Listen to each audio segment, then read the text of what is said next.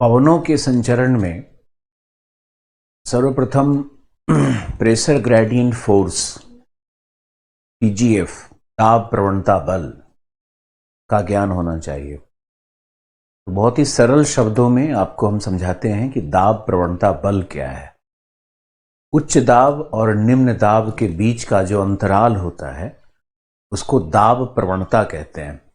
जैसे मान लो कि एक प्लेस है, कोई एक स्थान है ए, यहां पर हाई प्रेशर है और हाई प्रेशर का जो रीडिंग आ रहा है वो है 1028 MB। और एक प्लेस है जहां पर लो प्रेशर है, यहां पर बैरोमेट्रिक रीडिंग है, यानी जो बैरोमीटर में आ रहा है मेजरमेंट वो आ रहा है 998 MB। अब अगर हम दोनों का अंतराल देखेंगे तो हमारा पीजीएफ यानी प्रेशर ग्रेडियंट फोर्स दाब प्रवणता बल का मान आ रहा है 30 MB का। ये दाब प्रवणता बल इस दिशा में कार्य करेगा। दाब प्रवणता बल जब भी कार्य करेगा वो हाई प्रेशर से लो प्रेशर की ओर कार्य करता है। अब इसके पीछे का जो मैकेनिज्म है, जो क्रियाविधि है, उसको भी बड़े ही सिंपल शब्दों में आप समझ सकते हो कि जहां पर लो प्रेशर है वहां से वायु का उत्थान होगा, यानी यहां पर बनता है एयर करंट। यदि वायु का ऊर्ध्व संचरण हो तो उसको हम लोग पवन नहीं कहते हैं, उसको हम लोग एयर करंट कहते हैं। और यहां जो हाई प्रेशर है यहां पर वायु का अवतलन हो रहा है, तभी तो यहां पर हाई प्रेशर है। वायु का अवतलन है, ठंडी शुष्क वायु ऊपर से नीचे की ओर आ रही है, तो यहां पर हाई प्रेशर क्रिएट होगा।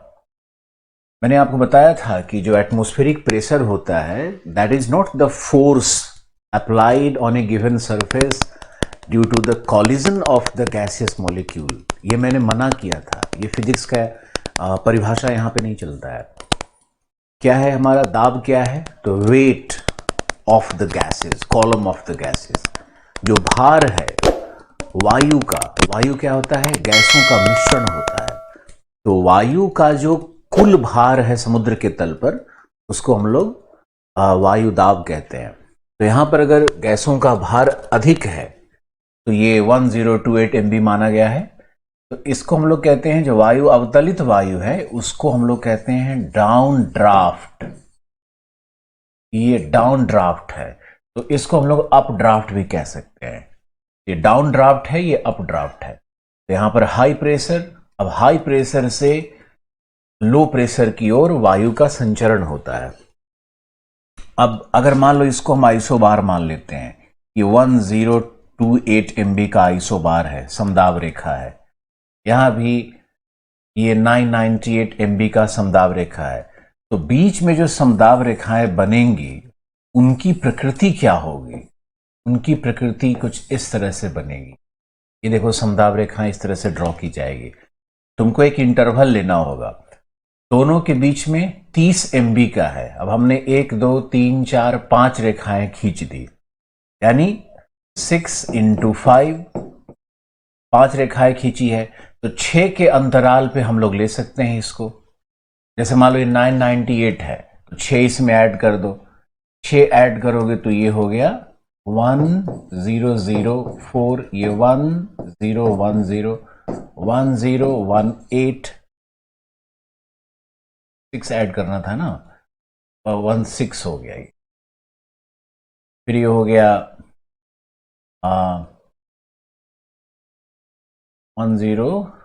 16 हो गया, तो 1022, और ये देखो बन गया हमारा 1028 का ये सर्किल हमारा ये बना हुआ है। और अंदर में आओगे तो ये 1, इसमें भी 6 ऐड करोगे 1034 MB इसके अंदर में आ जाएगा। तो हमने चूंकि लिया है इस लाइन से, ये बाह्य लाइन से लिया है हमने, x और y के बीच का प्रेशर ग्रेडियंट लिया है, तो यहां पर ये 30 हमने लिया था। तो इस तरह से समदाब रेखाओं को खींचा जाता है। जो रेखाएं दाब के एक समान मान को दर्शाती हैं वो समदाब रेखाएं हैं। अब समदाब रेखाओं में यानी आइसोबार में और आइसोहाइप में क्या अंतर होता है? जब आप आईएएस की तैयारी करते हो तो थोड़ा बेसिक लेवल से तो ऊपर उठना पड़ेगा ना, तो बेसिक्स को भी समझना है और जो इंग्लिश मीडियम में या बहुत अच्छी किताबों में मिलता है वो भी आपको जानना है। आइसोबार समदाब रेखाएं खींची जाती है समुद्र के तल पर या थल पर या ग्राउंड लेवल पे, लेकिन आइसोहाइप्स जो इमेजिनरी समदाब रेखाएं हैं उसको ऊंचाई पर क्षोभ सीमा के पास वहां के दाब को दर्शाने के लिए आइसोहाइप ड्रॉ किया जाता है। तो ये मान लिया हमने कि ये समदाब रेखाएं हैं, ये हमारा पीजीएफ है 30 MB, और हमने आपको कल बताया था कि अगर पीजीएफ का मान 20 MB है तो उसमें हम लोग 1.8 से गुना करेंगे तो wind velocity 36 kilometre per hour हो जाता है। तो विंड वेलोसिटी निकालने का ये एक बड़ा ही सामान्य विधि है, लेकिन आप इस विधि को हर जगह अप्लाई नहीं कर सकते हो। इससे कुछ एक साधारण सा ज्ञान होता है कि अगर इतना पीजीएफ है तो विंड वेलोसिटी क्या होगा 1.8 से मल्टीप्लाई करके। इसी तरह से अगर आप इसको अगर 100 कर लोगे, 100 MB का पीजीएफ है तो लगभग 180 से 200 किलोमीटर प्रति घंटा का विंड वेलोसिटी हो सकता है। ये आपको मैंने समझने के लिए और एक अनुमान लगाने के लिए आपको दिया है। ऑलराइट, पीजीएफ पे आओ वापस। तो यहां पर हाई प्रेशर है, वहां पर लो प्रेशर है। विंड डायरेक्शन क्या होता है? यही तो विंड है तुम्हारा। ये जो संचरण कायम हो रहा है पवन का इस दिशा में हाई प्रेशर से लो प्रेशर की ओर, यही तो हमारा विंड है। यानी विंड है क्षैतिज प्रवाह, एयर करंट है ऊर्ध्व संचरण वायु का। तो वायु का एक क्षैतिज प्रवाह है जो कि हाई प्रेशर से लो प्रेशर की हो रहा है, इसी को हम लोग विंड कहते हैं। अब अगर विंड के डायरेक्शन को देखोगे तो ये समदाब रेखाओं को लंबवत काट रही है, यानी wind is always perpendicular to the isobar और पैरेलल टू द पीजीएफ, जो मैंने आपको डेफिनेशन में लिखवाया है। ये है पीजीएफ लाइन, एक्स और वाई क्या दिखा रहा है? पीजीएफ का लाइन है, प्रेशर ग्रेडियंट फोर्स है ये। तो विंड प्रेशर ग्रेडियंट फोर्स के समानांतर है और समदाब रेखाओं के लंबवत है, और हाई प्रेशर से लो प्रेशर की ओर इसका संचरण होता है। पीजीएफ को अगर आप समझ गए तो विंड को समझने में कोई बहुत बड़ी समस्या नहीं आती है। अब देखो, अगर समदाब रेखाएं संकीर्ण होंगी, हम लोग क्या करें कि ये 1022 को इसके पास लाएं, इसको इसके पास लाएं, सभी को संकीर्ण करें, तो जो आगे स्पेस बनेगा उसमें 6 का ही इंटरवल लेंगे तो ये 998 नहीं रहेगा। फिर ये 998 से घट करके हो सकता है कि 960 कुछ हो जाए, क्योंकि हमने सारे समदाब रेखाओं को इधर शिफ्ट किया। तो ये जो गैप रह गया उसमें भी तो 6 के इंटरवल से कई रेखाएं आ जाएंगी। अब वो जो रेखाएं आ जाती है तो इसका मतलब ये है कि यहां पर हाई प्रेशर 1034 है तो यहां पर लो प्रेशर 960 965 जो भी आंकड़ा आएगा, जितना आप रेखाओं को ड्रॉ करोगे उतना आएगा, यानी कि पीजीएफ हाई हो जाता है। तो जहां भी आपको दिखे कि समदाब रेखाओं को संकीर्ण दिखाया गया है, आपको यह समझना है कि पीजीएफ का मान उच्च होगा। जहां भी कॉन्जेस्टेड कॉन्सेंट्रेटेड आइसोबार दिखेगा वहां पीजीएफ का मान उच्च होता है। और अगर आइसोबार्स बहुत ही स्प्रेडिंग है, स्पेस्ड है, वाइडली स्पेस्ड है, फैला हुआ है, इसका मतलब होता है कि पीजीएफ का मान कम है और वहां विंड वेलोसिटी कम होगा।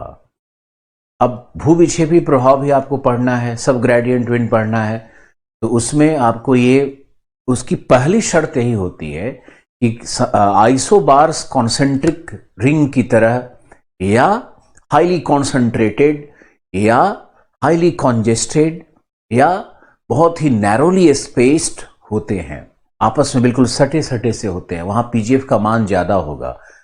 तो जब भी भूविक्षेपी प्रभाव होगा वहां पर आइसोबार्स अपने आप ही संकीर्ण हो जाते हैं। अब आगे देखो कि ये जो पूरा मॉडल है इसमें लो प्रेशर से वायु का ऊपर उठना और वायु का पुनः इस दिशा में जाना और यही वायु का वापस नीचे आना और यहां देखो सतह पर संचरण कायम होना।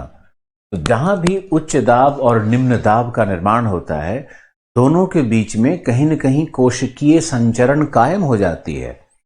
मान लो हम लोग लैंड ब्रिज और सी ब्रिज की बात करेंगे, थल समीर और क्या है समुद्री समीर की बात करेंगे, तो उसमें भी वायु कोशिका का ही निर्माण होता है।